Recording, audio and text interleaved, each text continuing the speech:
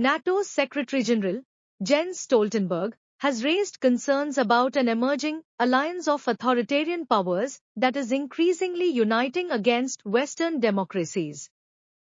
Stoltenberg highlighted that Russia, Iran, China, and North Korea are aligning themselves more closely, presenting a significant challenge to global stability. While expressing confidence that NATO allies would reach a long-term funding agreement for Ukraine by July, he also hinted that Ukraine might need to consider making some kind of compromises as discussions progress. In an interview with Sunday with Laura Quensberg, Stoltenberg stressed the urgent need for a very clear message to Israel and other NATO members that more must be done to protect civilians and aid workers. This call comes after the recent attack on a World Central Kitchen convoy in the Middle East conflict.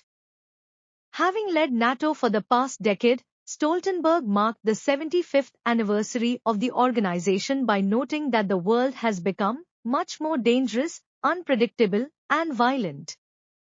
He pointed out the growing collaboration among authoritarian powers, stating, China is propping up the Russian war economy by providing essential parts to the defense industry, while Moscow is increasingly reliant on Beijing for support.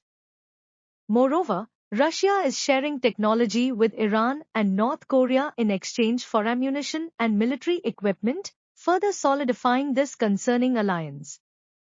Stoltenberg emphasized the necessity for NATO to work with countries beyond its immediate sphere, such as Japan and South Korea, to counteract this emerging alliance of authoritarian powers. In recent days, the NATO chief has been actively advocating for countries to commit more resources to support Ukraine, aiming for a substantial 5-year, €100 billion, £86 billion fund. Despite some initial hesitancy from certain nations, he remains optimistic about securing an agreement by July.